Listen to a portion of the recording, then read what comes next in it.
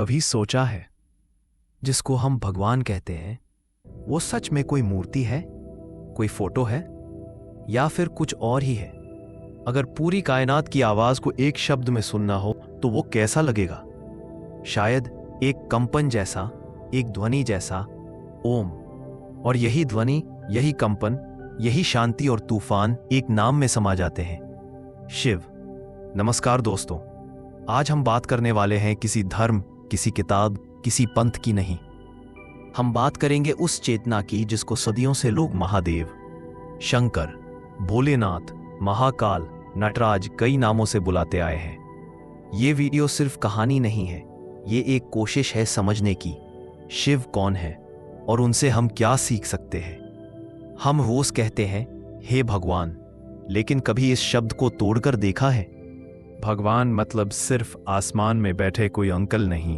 हम ऐसे समझते हैं जो भौतिक दुनिया, अर्थ, नेचर को संभाले, गगन यानी आकाश से भी परे हो, जो वायु के हर झोंके में हो, जो अग्नि की हर लपट में हो, जो जल की हर बूंद में बहता हो, जो शक्ति इन पांचों तत्वों को संभाले, संतुलित रखे, उनके ऊपर भी राज करे। उसी को हम सहज भाषा में बोल देते हैं भगवान। देवता एक एक शक्ति के प्रतीक हैं, पर जो सब शक्तियों का जोड़ है, जो देवों का भी देव है, वो है महादेव। हिंदू दर्शन में एक खूबसूरत कॉन्सेप्ट है त्रिदेव। एक शक्ति रचना करती है, एक शक्ति उसे संभालती है, एक शक्ति जब जरूरत हो तो उसे खत्म भी करती है ताकि नया जन्म ले सके। इनको हमने नाम दे दिए Brahma creator, Vishnu preserver, Shiva transformer, destroyer. पर डिस्ट्रॉयर शब्द सुनते ही हमारे दिमाग में नेगेटिव इमेज आ जाती है, जैसे विनाश मतलब बुरा। लेकिन जरा सोचिए, अगर पुराना पेड़ गिर ही ना पाए तो नई कोपल निकलेंगी कैसे? अगर रात ना आए तो अगला सवेरा कैसा लगेगा? शिव उस ताकत का नाम है जो कहती है जो पुराना सड़ चुका है उसे हटाना भी जरूरी है। अब बात करते हैं एक बहुत इंटरेस्टिंग प्रतीक की, डमरू। शिव के हाथ में छोटा सा डमरू, पर मैसेज बहुत बड़ा। डमरू को ध्यान से सोचो, बीच में पतला, दोनों ओर फैला हुआ। अगर आप इसे एक लाइन की तरह इमेजिन करो तो आपको कुछ ऐसा दिखेगा। कहीं से शुरुआत होती है, बीच में सिकुड़ता है, फिर दूसरी तरफ फैल जाता है, जैसे जिंदगी का पैटर्न। जन्म, संघर्ष, विस्तार। डमरू की हर डुग डुग जैसे कह रही होती है, हर शुरुआत का एक मोड़ होगा, हर मोड़ के बाद एक नई शुरुआत होगी। कहते हैं शिव ने डमरू बजाकर ध्वनि, लय और भाषा को जन्म दिया। इसीलिए डमरू सिर्फ म्यूजिक इंस्ट्रूमेंट नहीं, ये टाइम, रिदम और क्रिएशन का सिंबल है। हमने हमेशा देखा शिव के गले में सांप लिपटा रहता है। ज्यादातर लोग देखकर बस इतना बोल देते हैं, वाह क्या फोटो है। पर अगर ये सिर्फ खूबसूरती के लिए होता, वाह। सर्प दो चीजों का प्रतीक है, भय, जहरीला जानलेवा, जागरण, कुंडलिनी, ऊर्जा, चेतना।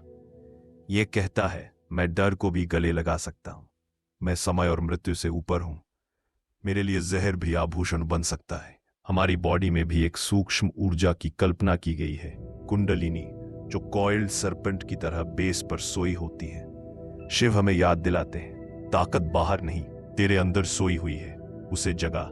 शिव का त्रिशूल, 3 नुकीले पॉइंट्स का हथियार। लेकिन आइडिया सिर्फ युद्ध का नहीं है, उसके 3 पॉइंट्स को ऐसे भी समझ सकते हैं, अतीत पास्ट, वर्तमान प्रेजेंट, भविष्य, या फिर शरीर, बॉडी, मन, आत्मा। शिव का त्रिशूल हमें यह सिखाता है कि जब तक ये तीनों या ये 3 टाइमलाइन असंतुलित हैं, हम भीतर से शांति नहीं पा सकते।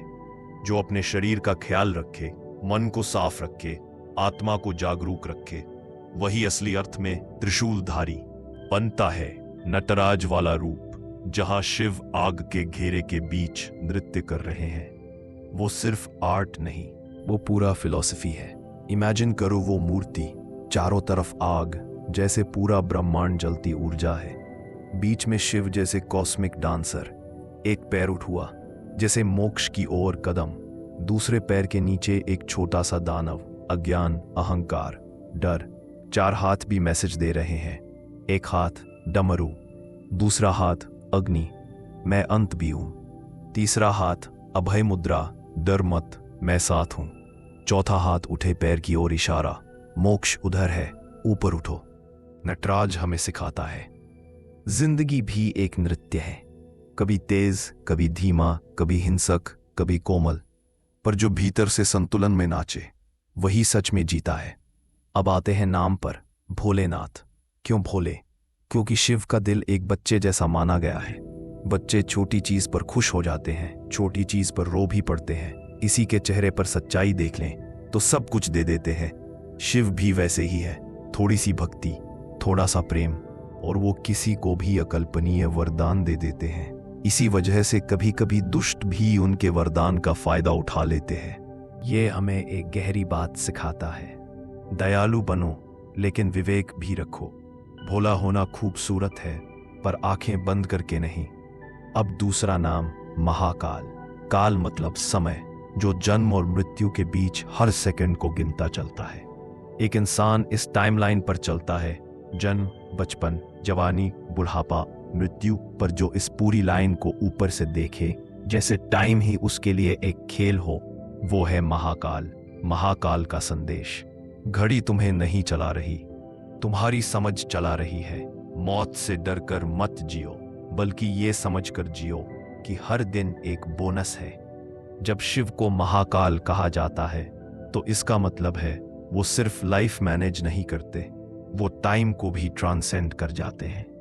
अब सबसे ज्यादा जरूरी सवाल, शिव की मूर्ति, कहानी, मंदिर सब ठीक है, पर रोजमर्रा की लाइफ में हमें उनसे क्या सीखना है? वन बैलेंस शिव जैसे, एक तरफ तपस्वी योगी, दूसरी तरफ नृत्य करते, हंसते, प्रेम करते। तुम्हारी लाइफ में भी केवल काम या केवल मस्ती, किसी एक का ओवरडोज तुम्हें खाली कर देगा। वर्क, रेस्ट, जॉय, बैलेंस में रखो। अपने अंदर के जहर को संभालो। शिव ने विष गले में रखा, ना निगला ना उगला। मैसेज, गुस्सा, जलन, नफरत, ये सब अंदर का जहर है। अगर ये निगल लोगे तुम्हें ही जलाएगा, अगर उगल दोगे दूसरों को जला देगा। सीख ये है, इमोशंस पर कंट्रोल लाओ, तभी नीलकंठ बन पाओगे। 3, बदलाव से मत डरना। शिव खुद ट्रांसफॉर्मेशन के देव हैं। स्टैग्नेंट पानी सड़ जाता है, बहता पानी साफ रहता है। करियर हो, रिलेशनशिप हो, सोच हो, अगर तुम सालों से वही हो तो कहीं ना कहीं सड़न शुरू हो चुकी है। लर्निंग, ग्रोथ, चेंज, ये सब एनर्जी है। क्या होगा अगर मैं कहूं कि शिव कोई देवता नहीं है? हजारों सालों से हमें एक कहानी सुनाई गई है, लेकिन जो सच है वो इससे कहीं गहरा है। शिव एक प्रिंसिपल है, एक कॉन्शियसनेस है, एक ऐसा सत्य जिसे मॉडर्न साइंस अब समझने लगी है। अगले मिनटों में मैं आपको वो एविडेंस दिखाऊंगा जो आपकी रियलिटी को हमेशा के लिए बदल देगा। लेकिन पहले समझना होगा कि प्राचीन ऋषियों ने इसे मिथोलॉजी में क्यों छुपाया। नाम में छुपा रहस्य, शिव शब्द कहाँ से आया? संस्कृत में शिव का अर्थ है वो जो है ही नहीं या वो जो शुभ है, लेकिन इसका असली मतलब है वो जो सब रूपों से परे है। सोचिए, किसी चीज को डिस्क्राइब करने के लिए हमें उसे डिफाइन करना पड़ता है, लेकिन शिव को डिफाइन नहीं किया जा सकता क्योंकि वो हर डेफिनेशन से परे हैं। वेदों में लिखा है नेति नेति, न ये न वो। शिव वो हैं जो न पुरुष हैं, न स्त्री, न देव हैं, न दानव, न जीवित है, न मृत। वो दोनों हैं और दोनों से परे भी। तो फिर शिव है क्या? सृष्टि से पहले, बिग बैंग से पहले क्या था? साइंस कहती है सिंगुलैरिटी कुछ नहीं, लेकिन सब कुछ। वेदास कहते हैं शिव जो था, है और रहेगा। शिव क्रिएशन नहीं है, वो क्रिएटर भी नहीं है।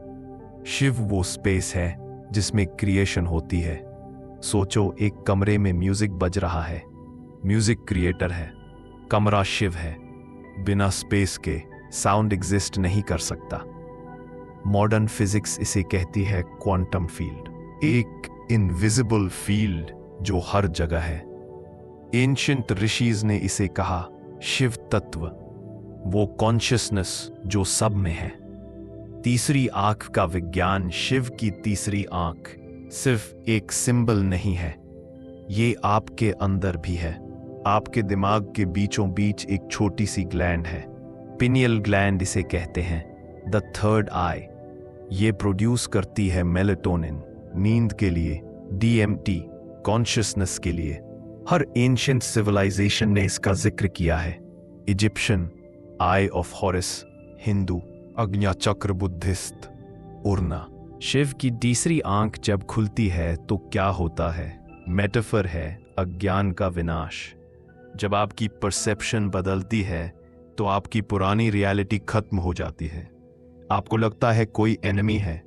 तीसरी आंख खुलती है, आप देखते हैं वो भी आप जैसा इनसिक्योर है। आपको लगता है सक्सेस ही सब कुछ है। तीसरी आंख खुलती है, आप देखते हैं पीस कहीं और है। शिव की तीसरी आंख इक्वल्स हायर अवेयरनेस। तांडव, विनाश का नृत्य, शिव का तांडव, डिस्ट्रक्शन का डांस। लेकिन समझो क्या डिस्ट्रॉय हो रहा है?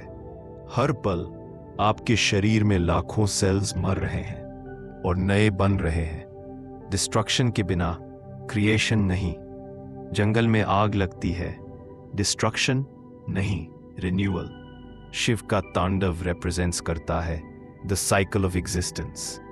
मॉडर्न फिजिक्स में कहते हैं nothing is permanent, everything is energy in constant motion. Shiva के तांडव में एक हाथ में ड्रम है, सृजन, एक हाथ में आग है, विनाश। एक हाथ ब्लेसिंग दे रहा है, एक हाथ फियरलेसनेस दिखा रहा है। मतलब लाइफ में हर चीज साथ साथ चलती है। जन्म और मृत्यु, खुशी और दुख, सफलता और असफलता। शिव हमें सिखाते हैं डांस विद इट, रेजिस्ट मत करो। कैलाश अक्ष का रहस्य। शिव माउंट कैलाश पर रहते हैं, लेकिन कैलाश कोई नॉर्मल पहाड़ नहीं है। साइंस की बातें सुनो। एक, कोई कैलाश पर चढ़ नहीं पाया, एवरेस्ट समिट हो गया, लेकिन Kailash impossible too. Time differently behaves करता है। वॉचेस फास्ट हो जाती हैं, क्लाइंबर्स एज रैपिडली फील करते हैं। 3, ये 4 नदियों का सोर्स है, Brahmaputra, Indus, Sutlej, Karnali. 4 rivers equals 4 directions, centre point equals axis mundi. हर कल्चर की ऐसी जगह है। Greeks Mount Olympus, Norse Yggdrasil, Buddhist Mount Meru. Kailash represents करता है द कॉस्मिक एक्सिस, वो पॉइंट जहां से सब कुछ बैलेंस में है। शिव वहां बैठे हैं क्योंकि वो खुद वो सेंटर है जहां से सब कुछ इमर्ज होता है। प्रतीकों का गूढ़ अर्थ। शिव के हर सिंबल का मतलब है। 1, सर्प, सरपेंट, कोबरा नहीं। कुंडलिनी एनर्जी आपके स्पाइन के बेस पर एक डोरमेंट एनर्जी है। कोइल्ड, स्लीपिंग, मेडिटेशन से वो उठती है। चक्रस एक्टिवेट होते हैं, कॉन्शियसनेस एक्सपैंड होती है। शिव के गले में सर पे कंट्रोल्ड एनर्जी 2 पॉइंट। चंद्रमा, क्रेसेंट मून, मून माइंड को रिप्रेजेंट करता है, constantly changing, never stable. Shiva के सिर पर चंद्रमा इक्वल्स माइंड को कंट्रोल करना। 3, गंगा, गंगा स्वर्ग से आई, बहुत तेज, सीधे अर्थ पर गिरती तो तबाही होती। शिव ने अपनी जटाओं में रोक लिया। मेटाफोर, जब लाइफ की प्रॉब्लम्स बहुत फास्ट आएं, एक पॉज लो, कंट्रोल में लाओ। 4, trishul, trident, 3 blades, 3 aspects, creation, preservation, destruction, past, present, future, body, mind, soul. Shiva सबको बैलेंस में रखते हैं। 5, डमरू, ड्रम, ड्रम की साउंड यूनिवर्स की फर्स्ट साउंड, ओम की फ्रीक्वेंसी नासा ने रिकॉर्ड की है। स्पेस में एक हम है, एक कॉस्मिक वाइब्रेशन। एंशिएंट योगीज ने थाउजेंड्स ऑफ इयर्स पहले इसे सुन लिया था मेडिटेशन में। शिव और quantum physics, a mind blowing part. Shiva को समझना है, क्वांटम फिजिक्स देखो। ऑब्जर्वर इफेक्ट फिजिक्स में एक एक्सपेरिमेंट है। पार्टिकल्स तब तक वेव्स हैं जब तक कोई ऑब्जर्व नहीं करता। जैसे ही कोई देखता है वो सॉलिड बन जाते हैं। Consciousness creates reality. Shiva meditation में है, eyes closed. Universe potential state में है। जब वो आईज खोलते हैं रियलिटी मैनिफेस्ट होती है। Void and fullness, quantum level पर एम्प्टी स्पेस एक्चुअली एम्प्टी नहीं है, वो भरा है वर्चुअल पार्टिकल से, constantly appearing and disappearing. Shiva का कॉन्सेप्ट शून्य, जीरो, जो एम्प्टी भी है और पूर्ण भी। तांडवा एंड वाइब्रेशन स्ट्रिंग थ्योरी कहती है एवरीथिंग इज वाइब्रेशन। सब एटॉमिक लेवल पर पार्टिकल्स नहीं, वाइब्रेटिंग स्ट्रिंग्स है। शिव का तांडव द कॉस्मिक वाइब्रेशन, सब कुछ एक डांस है। अंदर का शिव तो क्या करें इस नॉलेज का। शिव बाहर नहीं, अंदर है। एक, शांति में शिव, जब तुम शांत बैठो, कोई थॉट नहीं, वो शिव है। 2, विनाश में शिव, जब तुम्हारी पुरानी आइडेंटिटी टूटे, जब ब्रेकअप हो, जब जॉब चली जाए, उस डिस्ट्रक्शन में नए तुम की पॉसिबिलिटी है। Destruction equals transformation. एक्सेप्टेंस में शिव, शिव हर चीज एक्सेप्ट करते हैं।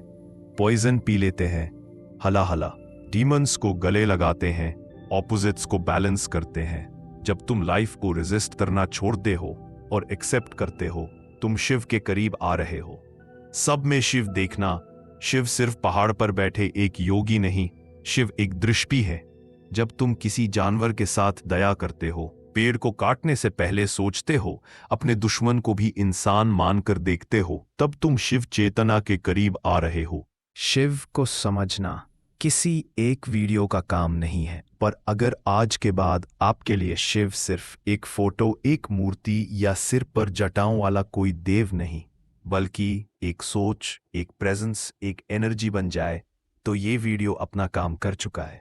अगर आपको यह सफर अच्छा लगा तो इस वीडियो को किसी ऐसे इंसान तक जरूर भेजिए जो अंदर से टूट चुका है या खुद को खो चुका है। शायद उसे भी इन कहानियों में खुद को वापस पाने का रास्ता मिल जाए। आप देख रहे थे एपिक्स डिकोडेड। हर हर महादेव।